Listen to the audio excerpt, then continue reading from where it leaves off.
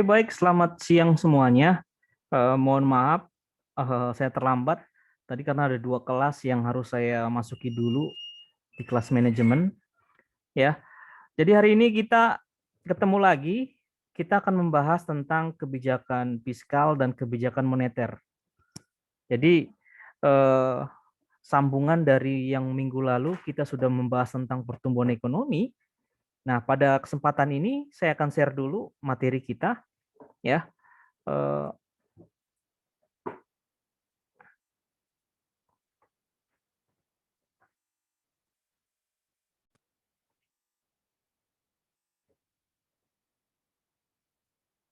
ya, kebijakan fiskal dan kebijakan moneter. Mungkin di antara kalian pernah belajar ekonomi waktu di SMA dan juga sudah pernah tahu tentang kebijakan fiskal maupun kebijakan moneter.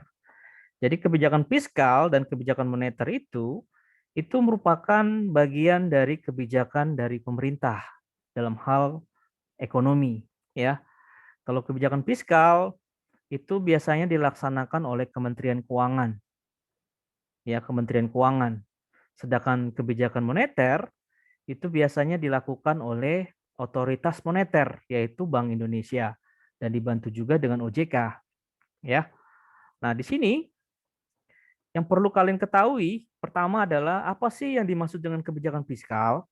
Kebijakan fiskal itu adalah kebijakan ekonomi yang dilakukan oleh pemerintah untuk mengelola dan mengarahkan kondisi ekonomi ke arah yang lebih baik atau yang diinginkan oleh pemerintah. Caranya bagaimana? Caranya adalah dengan mengubah atau memperbarui penerimaan ataupun pengeluaran pemerintah. Nah, di sini pengendalian pengeluaran pemerintah itu bisa sangat membantu kebijakan fiskal, ya. Jadi pemerintah itu mengendalikan belanjanya atau pengeluarannya itu merupakan apa? Salah satu cara untuk membantu kebijakan fiskal. Nah, kebijakan fiskal itu sangat erat sekali hubungannya dengan ekonomi makro. Alasannya adalah kebijakan fiskal itu mengelola perekonomian suatu negara dan juga pertumbuhan ekonomi suatu bangsa. Nah, pemerintah di beberapa negara gitu melakukan kebijakan fiskal itu ada tujuannya. Nah, kira-kira apa aja tujuannya? Nah, tujuannya ini, ya, ada 8 nih tujuan yang biasanya merupakan tujuan dari kebijakan fiskal. Yang pertama adalah untuk mencapai kestabilan perekonomian nasional. Jadi suatu negara supaya stabil perekonomiannya, mereka perlu melakukan kebijakan fiskal, ya. Seperti juga Indonesia dalam suasana Covid ini yang seperti kemarin kalian lihat bagaimana pertumbuhan ekonomi Indonesia dari 5,32% pada kuartal pertama tahun 2020 menjadi 0,72% pada kuartal pertama tahun 2021.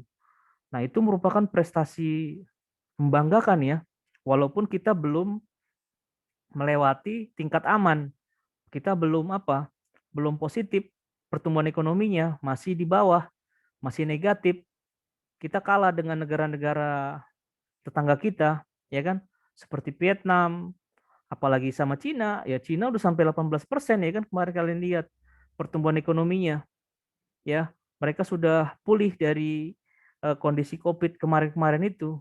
Sedangkan Indonesia masih dalam tahap untuk apa menuju positif.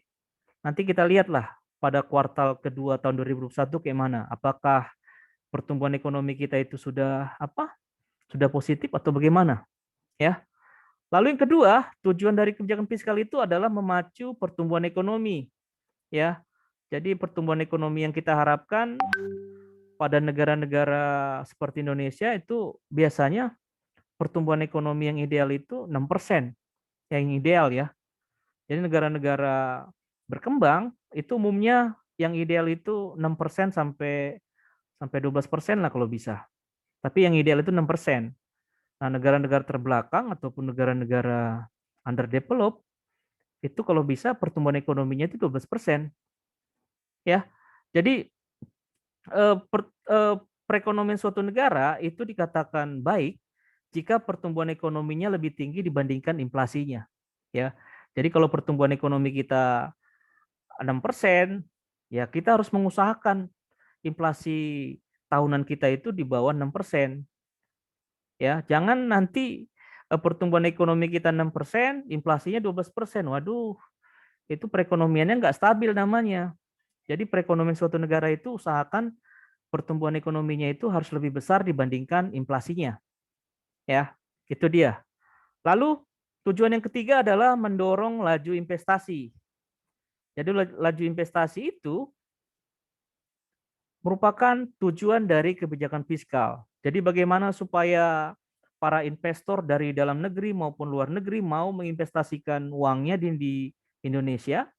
Lah, pemerintah melakukan kebijakan fiskal ya, seperti yang dulu-dulu. Contoh kebijakan fiskal dalam hal pajak misalnya. Pemerintah memberikan kebebasan pajak pada investor yang mau apa misalnya mau mendirikan pabrik ataupun mau menginvest apanya dana segarnya di Indonesia. Kayak kemarin pernah kita sekitar tahun 90-an pemerintah mengambil kebijakan tax holiday. Jadi pengusaha itu tidak dikenakan pajak dalam beberapa tahun gitu. Jika dia mau mendirikan pabriknya perusahaannya di Indonesia, ya dibebaskan pajaknya. Nah, itu salah satu contoh kebijakan fiskal. Bagaimana supaya mendorong laju investasi. Lalu ada lagi membuka kesempatan kerja yang luas. Ini berkaitan tadi dengan investasi ya kan. Jadi kalau sudah banyak investor yang menanamkan uangnya di Indonesia atau membuka perusahaannya di Indonesia, sudah pasti kan kesempatan kerja bagi masyarakat kita itu luas ya kan. Jadi masyarakat kita eh, terpakai dalam lapangan usaha itu gitu. Dibandingkan dengan kondisi tidak ada investasi gitu. Ya. Jadi yang terjadi saat ini kan berbeda ya kan dengan yang dulu-dulu. Kalau dulu mungkin tenaga kerja lokal lebih banyak dibandingkan yang sekarang. Yang kalian lihat di media sosial, negara kita kebanyakan sekarang memakai tenaga-tenaga asing ya dibandingkan tenaga lokal. Nah, ini yang menjadi kecemburuan dalam dalam isu di tenaga kerja Indonesia. Jadi tenaga kerja dari Tiongkok itu mendominasi dalam proyek-proyek ataupun perusahaan yang ada di Indonesia, ya. Jadi banyak sekali penggunaan tenaga kerja dari Tiongkok dibandingkan tenaga kerja lokal. Nah, itu ada sebabnya ya. Jadi banyak para pengusaha ataupun para investor yang punya perusahaan di Indonesia itu mereka lebih cenderung menggunakan tenaga kerja Tiongkok itu dikarenakan banyak hal yang yang dirasa berbeda dengan tenaga kerja lokal. Kalau tenaga kerja Tiongkok dirasa mereka lebih produktif dalam bekerja ya dibandingkan tenaga kerja lokal di Indonesia. Kenapa? Kalau tenaga kerja dari luar kita itu jam kerjanya lebih lebih lebih banyak mereka kerja dibandingkan mereka libur ataupun rehat, istirahat gitu ya. Kalau di Cina itu mungkin kalau kalian pernah nonton ataupun pernah kalian baca sebuah gitu artikel, kalau di Cina itu ataupun di Korea itu waktu bekerjanya lebih lebih padat dibandingkan waktu bekerja tenaga kerja di Indonesia. Kalau di Indonesia mungkin ada waktu rehatnya ya kan, misalnya eh, makan siang ataupun isoma atau apa gitu. Kalau di Cina ataupun di Korea itu nggak ada kayak gitu. Ya mereka kerja ya kerja terus. Makanya mereka bisa buat rumah sakit dalam waktu 3 hari pada saat kondisi COVID kemarin di Cina. Bayangkanlah bagaimana caranya membangun rumah sakit besar dalam tempo 3 hari. Bagaimana caranya membangun candi dalam 1 malam misalnya. Nah itu bisa dilakukan sama tenaga kerja Cina. Mereka itu berbeda sekali dengan tenaga kerja lokal. Ditambah lagi di Indonesia hari liburnya lebih banyak dibandingkan hari libur di negara-negara lain gitu. Ya. Nah, mereka pun kalau kayak di Korea kalau kalian nanti misalnya mau menjadi tenaga kerja asing gitu di Korea, itu pendapatan kalian disesuaikan dengan kalian bekerja. Jadi kalau kalian menggunakan waktu libur kalian dengan bekerja, itu nanti akan menambah pendapatan kalian, ya. Di sana mungkin nggak dikasih waktu kalian untuk apa, misalnya isomah atau sholat gitu, sholat sholat apa, zuhur, sholat apa ya, kalau di Korea ataupun Cina, karena mereka mereka menganggap hal-hal begitu apa dapat mendampak terhadap kinerja kita ataupun produktivitas kita. Karena kan di Cina itu kan kalau kalian lihat kan mereka negara komunis ya kan. Mungkin hal-hal yang berbau religius ataupun agama mereka nggak terlalu terlalu pikirkan. Berbeda dengan kita gitu ya kan. Kita masih ingat sama waktu kita buat Tuhan. Kalau mereka mungkin enggak ya kan. Mereka bekerja untuk diri sendiri, bagaimana mereka untuk memakmurkan dirinya dengan pekerjaan itu. Ya jadi alasan itulah yang buat apa? Buat perusahaan-perusahaan ataupun investor asing yang mendirikan perusahaan di Indonesia itu enggan untuk menggunakan banyak tenaga kerja lokal kita, ya. Mereka butuh pekerja yang produktif, yang produktivitasnya tinggi, tidak ada cutinya atau liburnya, mereka bekerja karena mereka menginginkan keuntungan yang besar ya kan. Nah itu dia. Lalu kemudian kebijakan fiskal yang lain adalah tujuannya itu adalah keadilan sosial, ya. Jadi ada beberapa instrumen kebijakan fiskal itu digunakan untuk mewujudkan keadilan sosial bagi masyarakat Indonesia ataupun negara lain gitu. Lalu selain itu ada lagi supaya terwujud pemerataan dan pendistribusian pendapatan, ya. Jadi pemerataan dan pendistribusian pendapatan itu bisa dilakukan dengan kebijakan fiskal. Nanti kalian akan pelajari ini di semester. Oh, kalau di akuntansi nggak ada ya mata kuliah ekonomi bangunan ya. Kalau di manajemen ada. Jadi nanti akan belajar tentang koefisien Gini, ya. Lalu ada lagi kurva Lorenz. Nah, itu materi itu menggambarkan bagaimana pendistribusian pendapatan di suatu wilayah ataupun suatu negara. Jadi koefisien kita itu saat ini kondisinya masih di level di tingkat 0,3 sampai 4 gitulah. Ya, 0,3 sampai 0,4. Nah, yang kalau paling bagus kondisinya itu adalah 0, ya. Kalau mendekati 0 semakin bagus, kalau menjadi 0 maka semakin semakin tidak bagus pendistribusi pendapatannya. Jadi kalau mendekati 1, wah itu berarti eh, pendapatan di suatu negara itu dikuasai oleh kelompok tertentu gitu. Jadi jarak jurang antara orang miskin dengan orang kaya itu sangat jauh sekali kalau dia mendekati 1. Tapi kalau mendekati 0, berarti pendapatan pendapatan ataupun pendistribusian pendapatan di masyarakat suatu negara itu merata gitu, ya. Jadi itu gambaran dari yang ini. Lalu kemudian kebijakan fiskal itu digunakan juga untuk mengurangi pengangguran. Tadi berkaitan dengan investasi ya kan. Jadi kalau ada investasi semakin besar di suatu negara, nah pasti akan kesempatan kerja akan semakin luas. Akibatnya pengangguran di suatu negara itu akan berkurang, ya. Lalu yang terakhir adalah berkaitan dengan inflasi. Jadi bagaimana stabilitas harga barang dan jasa itu trader dari inflasi, kita bisa melakukan kebijakan fiskal juga, pemerintah. Nah, inilah merupakan tujuan dari kebijakan fiskal. Nah, sekarang kita masuk apa saja sih Pak komponen dalam penyusun kebijakan fiskal. Nah, komponennya ini adalah ada dua ya. Yang pertama itu pajak. Pajak itu dari pendapatan negara. Jadi pendapatan negara itu diperoleh setiap tahunnya itu berasal dari pajak, ya dari pajak ya.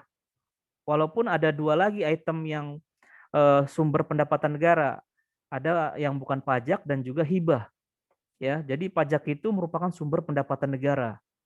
Nah ini adalah komponen penyusun kebijakan fiskal. Lalu yang kedua adalah APBN. Jadi anggaran pendapatan belanja negara setiap tahunnya itu disusun pemerintah, itu merupakan pengeluaran yang rutin yang dilakukan oleh negara. Jadi APBN itu nanti kalian bisa melihat terdiri dari berbagai macam pengeluaran ya. Misalnya untuk pembangunan infrastruktur, pembangunan fasilitas umum, hingga biaya operasional pemerintah. Misalnya membayar eh, belanja belanja pegawai. Belanja pegawai itu kan membayar gaji ASN atau PNS ya kan. Nah, itu merupakan bagian dari pengeluaran negara yang termasuk dalam APBN ya. Nah, di sini dari pajak maupun APBN yang lebih identik dengan kebijakan fiskal itu adalah pajak. Ya, jadi kalau orang mengertikan kebijakan fiskal itu biasanya langsung menyebut pajak sebagai apanya, sebagai clue-nya, sebagai keyword-nya, ya karena berkaitan erat sekali.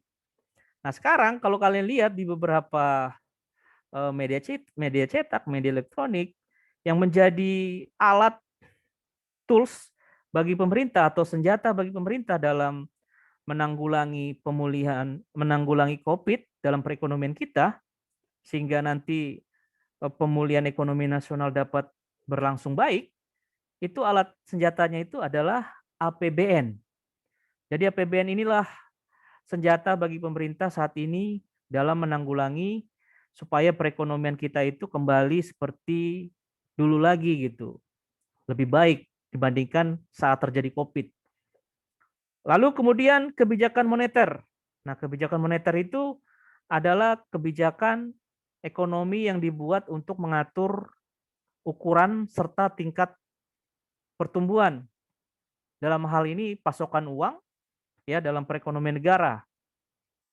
Nah, di sini kebijakan moneter itu diatur sedemikian rupa untuk membantu mengatur variabel ekonomi makro. Jadi variabel ekonomi makro yang diatur itu adalah seperti inflasi, ya inflasi dan juga pengangguran dalam suatu negara. Nah di Indonesia, Bank Sentral memiliki sasaran tunggal yaitu inflasi. Jadi pemerintah kita, Bank Indonesia, sebagai otoritas moneter, sebagai yang memiliki kekuasaan dalam hal kebijakan moneter, itu mereka targetnya itu adalah target inflasi. Jadi bagaimana supaya inflasi itu supaya inflasi itu tetap terjaga, maka mereka melaksanakan kebijakan moneter. Ya. Jadi inflasi kita itu kalau kayak Indonesia diharapkan sama seperti yang tadi saya jelaskan, supaya inflasi kita itu jangan melebihi dari pertumbuhan ekonomi kita, usahakan. Jadi inflasi harus di bawah pertumbuhan ekonomi nilainya, ya. Jadi inflasi kalau bisa 2-4% lah. Pertumbuhan ekonomi 6% sampai seterusnya sampai 12% misalnya. Nah, itu yang kita harapkan selalu. Nah, itulah yang menjadi idaman bagi negara-negara di dunia. Pertumbuhan ekonominya tinggi, inflasinya di bawah pertumbuhan ekonomi, ya. Nah, di sini sama seperti tadi kebijakan fiskal, kebijakan moneter juga memiliki tujuan. Tujuan juga ya. Setiap negara itu punya tujuan dalam melaksanakan atau menerapkan kebijakan moneter. Nah, di sini ada 4 tujuannya. Yang pertama itu adalah agar pertumbuhan ekonomi dan pemerataan pendapatan dapat dikendalikan, ya. Baru yang kedua, kesempatan kerja. Ya, kesempatan kerja juga menjadi tujuan dari kebijakan moneter. Yang ketiga, kestabilan harga, dan yang keempat adalah keseimbangan neraca pembayaran. Nah, kalau Indonesia yang saya tadi jelaskan bahwa Indonesia itu adalah inflation targeting ya, targetnya inflasi. Jadi fokus dari Bank Sentral ataupun Bank Indonesia itu umumnya atau khususnya ke ini fokusnya kestabilan harga. Jadi bagaimana supaya inflasi itu dapat dikendalikan, itulah yang paling utama yang harus dicapai oleh Bank Indonesia, Bank Sentral kita. Tapi kalau negara-negara maju, seperti misalnya negara-negara di kawasan Skandinavia, contohnya adalah Norwegia ataupun Finlandia, mereka lebih cenderung fokus pada atau tujuan mereka ini kesempatan kerja, ya. Jadi kalau kalian lihat di negara Norwegia, negara-negara Skandinavia kayak Finlandia, itu penganggurannya itu tingkatnya itu 0%, ya 0,0 berapa gitu. Jadi jarang sekali orang yang menganggur di negara-negara Skandinavia seperti Norwegia ataupun eh, Finlandia, ya. Di sana bank sentralnya fokus kepada ini kesempatan kerja. Kalau kita yang ini kestabilan harga atau inflasi. Nah, dua hal ini susah sekali untuk dicapai bersamaan gitu. Kalau kita menginginkan inflasi rendah, biasanya pengangguran itu nggak bisa rendah gitu. Kalau hanya mengandalkan kebijakan moneter saja. Makanya kebijakan pemerintah itu harus bersinergi antara kebijakan moneter, kebijakan fiskal, dan kebijakan lainnya. Ya perlu sinergi. Kalau kalau kita hanya fokus satu aja, kebijakan moneter saja, kebijakan fiskal tidak dilaksanakan, ini nggak bakal tercapai, ya susah. Jadi dua-duanya harus bersinergi dengan kebijakan-kebijakan lainnya.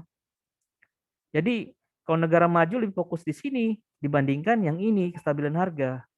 Kalau kita di sini karena kita menganut inflation targeting, target inflasi, mengendalikan inflasi, ya. Nah, di sini ada beberapa instrumen yang dipakai oleh Bank Indonesia dalam kebijakan moneter. Di antaranya ada kebijakan operasi pasar terbuka (OPT) atau OMO singkatannya, Operation Market Open Market Operation. Jadi ini kebijakan dari Bank Indonesia ataupun bank sentral suatu negara untuk mengurangi atau menambah jumlah uang beredar di pasaran atau di masyarakat. Jadi bagaimana supaya uang beredar di masyarakat itu berkurang agar inflasi itu rendah. Nah, caranya dengan ini operasi pasar terbuka, ya. Jadi bank sentral itu melakukan pembelian ataupun penjualan sertifikat Bank Indonesia. Jadi bank sentral melakukan lelang kepada kepada bank umum ataupun peserta lainnya untuk menjual belikan surat berharga di pasar uang ataupun di pasar modal, ya. Lalu yang kedua, kebijakan diskonto. Nah, di sini kebijakan diskonto itu merupakan kebijakan dalam hal penambahan ataupun pengurangan jumlah uang dengan cara mengubah diskonto bank umum, tingkat bunga bank umum itu diubah. Ya, bagaimana supaya inflasi yang kita pengen targetkan itu tercapai. Nah, biasanya dengan kebijakan diskonto ini, apakah Bank Indonesia atau Bank Sentral itu menaikkan suku bunga atau menurunkan suku bunga, nah itu merupakan bagian dari kebijakan diskonto. Jadi masyarakat kalau udah melihat suku bunga simpanan naik, pasti mereka akan tertarik menabung, ya kan? Tapi kalau suku bunga simpanan itu rendah, nah mereka lebih cenderung memegang uang dibandingkan menabung, ya. Atau mereka menginvestasikan di portofolio lainnya seperti emas ataupun apa gitu. Lalu ada lagi kebijakan cadangan kas, ya. Jadi bank sentral eh, menerapkan kebijakan ini kepada bank umum. Mereka menetapkan kita harus menaikkan cadangan kas dari bank umum sebesar berapa persen gitu. Nah, tujuannya supaya inflasi yang diinginkan itu dapat terkendali gitu. Lalu ada lagi kebijakan kredit ketat. Jadi bank umum itu eh, wajib untuk memberikan syarat ataupun menetapkan kepada peminjam kredit kredit ya peminjam kepada masyarakat harus 5C. Jadi harus memenuhi 5C, karakternya, capability-nya, kolateral, kapital sampai kondisi ekonominya itu harus dilakukan dengan ketat, ya. Supaya apa? Supaya tidak terjadi misalnya kredit macet ataupun uang yang berlebih di masyarakat gitu. Karena bank umum tidak ketat dalam 5C-nya, ya. Lalu terakhir ada yang namanya kebijakan dorongan moral atau nama lainnya moral suasion namanya. Jadi bank sentral itu bisa mengeluarkan surat teguran gitu misalnya, ataupun pidato di media elektronik, media apa lagi ya tentang keadaan inflasi kita misalnya. Jadi dalam hal itu pemerintah melalui bank sentral itu mengumumkan, jadi mengajak bank umum ataupun pelaku moneter lainnya untuk mengikuti anjuran dari bank sentral supaya menahan pinjaman tabungan ataupun melepasan pinjam tabungan. Nah, itu merupakan instrumen-instrumen dalam kebijakan moneter, ya. Nah, di sini kita bisa melihat eh, ringkasan postur realisasi APBN, ya. Di sini ada bagaimana pendapatan negara kita pada tahun 2020 sampai 2021. Ini ada, nanti akan saya share, ya. Eh, ini yang paling utama, nanti ada bahan lagi. Ini yang nanti kalian pelajari tentang APBN. Tadi kan saya jelaskan bahwa APBN itu kan senjata pemerintah pada saat ini, pada saat menjalani mengarungi pandemi COVID ini, ya. Jadi APBN itu alat pemerintah bagaimana supaya perekonomian kita itu cepat pulih, ya. Jadi APBN itu sangat penting sekali. Nah, di sini nanti kalian bisa lihat apa sih pengertian APBN, anggaran itu apa. Mungkin di kelas akuntansi udah belajar tentang anggaran, ya kan. Nah, di sini kita akan lihat format dari APBN. Nah, dalam APBN itu dalam penerapan APBN dalam setiap tahunnya itu ada asumsi dasar ekonomi makronya. Ya, jadi pemerintah negara itu dalam membuat APBN itu ada beberapa indikator ekonomi makro yang harus ditargetkan atau dicapai. Nah, misalnya seperti ini.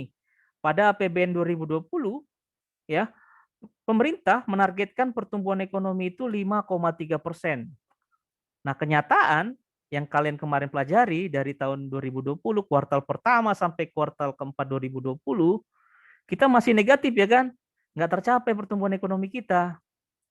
Karena APBN 2020 itu kan dibuat 2019 gitu. 2019 kan belum terjadi COVID, ya kan?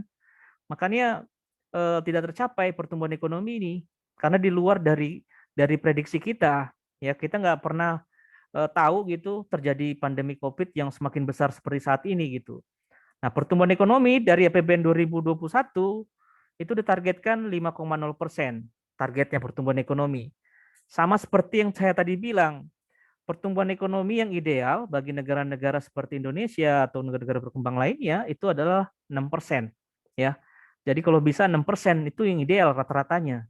Kalau lebih tinggi lagi bagus.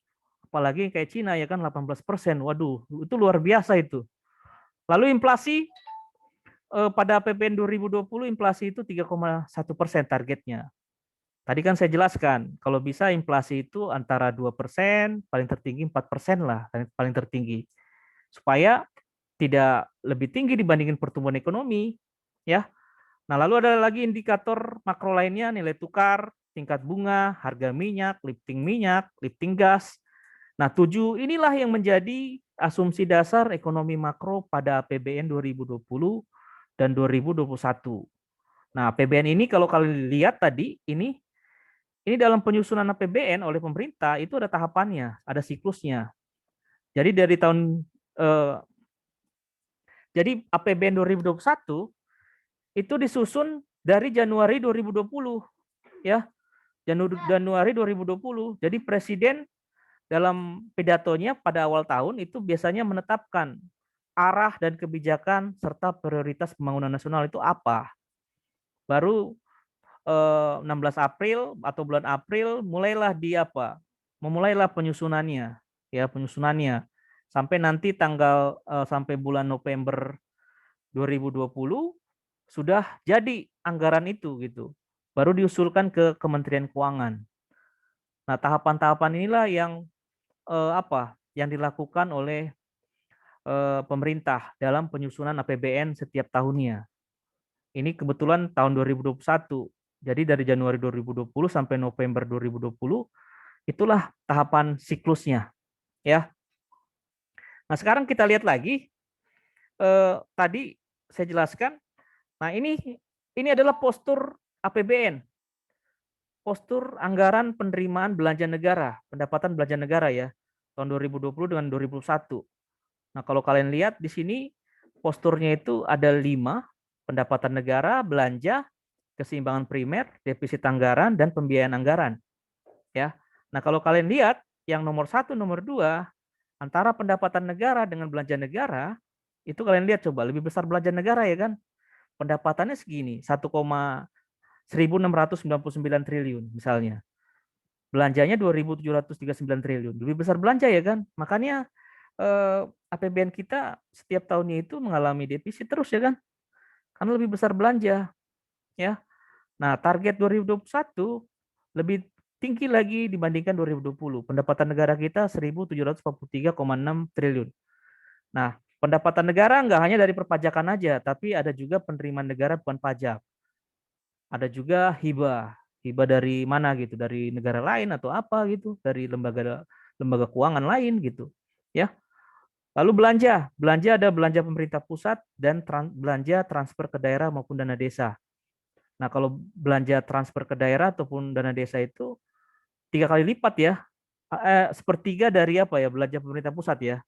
Jadi belanja pemerintah pusat itu sangat besar sekali setiap tahunnya yang terlihat dari APBN ini gitu. Lalu kemudian yang nomor 3, nomor 4 ini defisit ya.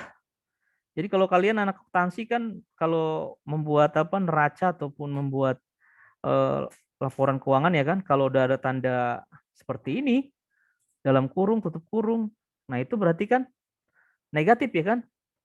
Jadi tahun APBN 2020, APBN 2021 itu targetnya itu defisit anggarannya itu memang defisit ya. Nah, nanti akan kalian baca ini semua akan nanti saya share di apa di Google Classroom ya. Ini apa chapter book yang saya tulis pada buku Perekonomian Indonesia yang apa tahun ini baru-baru terbit ya. Jadi eh, buku Perekonomian Indonesia yang saya terbitkan ini chapter berapa tadi itu? Chapter 5 kalau nggak salah ya. Chapter 5. Jadi kalian sudah belajar tentang APBN, minggu lalu udah belajar tentang pertumbuhan ekonomi, ya. Tentang tadi kita juga udah belajar tentang kebijakan fiskal, kebijakan moneter. Nah, kita ujian minggu depan atau minggu depannya lagi ya? Saya kurang tahu juga nih. Minggu depan ya? Tanggal 14, Pak. 14, berarti ada waktu 2 minggu lagi ya. Jadi sebelum ujian, nanti pas ujian juga bisa kalian kumpulkan ada satu kali lagi tugas kita. Ya ini tugasnya kelompok, nggak individu ya. Karena kan yang individu mungkin apa udah bisa kalian lakukan. Kalau yang tugas kelompok ini kan apa bekerja sama. Karena pun nanti pun kalian di dunia kerja kan kerjanya nggak sendiri-sendiri ya kan, pasti tim. Nah tugas kalian nanti apa membuat apa membuat penjelasan seperti apa medianya dengan menggunakan media kayak TikTok gitu ya. Tapi yang berkaitan dengan materi kita, misalnya kalau yang kayak tadi pembahasan tentang apa? Pembahasan tentang pertumbuhan ekonomi gitu pada saat kondisi Covid gini. Kan kalian bisa bercerita dengan TikTok ya kan? Kan kalian sering dengar apa ya kan TikTok gitu kan? Kalian kalian apa? Kalian bukan yang joget-joget ya, bukan. Yang memberikan informasi gitu. Kan banyak tuh di TikTok itu menarik sekali. Sehingga kita jadi tahu kalau itu kayak gitu baru tahu jadi kita juga pun. Jadi kalian nanti buat mungkin nanti satu kelompok itu 2 orang lah, 2 orang 3 orang lah. Kalian lah yang milih lah. Ya karena waktunya pun udah semakin apa nih, semakin tipis ya kan, mau ujian kita. Jadi dikumpulkan nanti pas apa, pas ujian. Kalian buat TikTok tentang materi yang apa, yang saya sudah share. Jadi materi itu bisa kalian cari dari apa, dari sumber lain ataupun dari buku-buku modul yang kalian punya ataupun dari buku-buku tambahan lainnya. Durasinya 1 menit lah, ya. Kemarin kan tugas kalian yang minggu lalu sebelum ini kan ada kan, yang podcast sudah. Sekarang buat apa? Buat TikTok. Buat latar apanya musiknya juga yang menarik. Ya misalnya kalian buat latarnya kayak latar seram gitu ya kan, boleh. Kalian menceritakan kondisi ekonomi yang kayak mana ya kan, menyeramkan. Kan ada ya kan apa background musiknya yang apa ya kan seram ya kan, yang apa gitu Misalnya kalian buat yang latar belakangnya kayak apa tuh, panik gak gitu, kan bisa ya. Jadi buat semenarik mungkin lah. Saya tahu kalian pasti kreatif karena kalian generasi apa? Generasi Z ya, bukan generasi milenial lagi. Generasi Z itu generasi yang sudah apa? Digital sekali. Nanti link dari apanya TikToknya itu dikirim ke GC ya. Supaya apa? Supaya bisa saya nilai. Jadi yang kreatif itu yang nilai bagus. Oke, ada pertanyaan? Nanti saya share ke GC materi-materi tadi.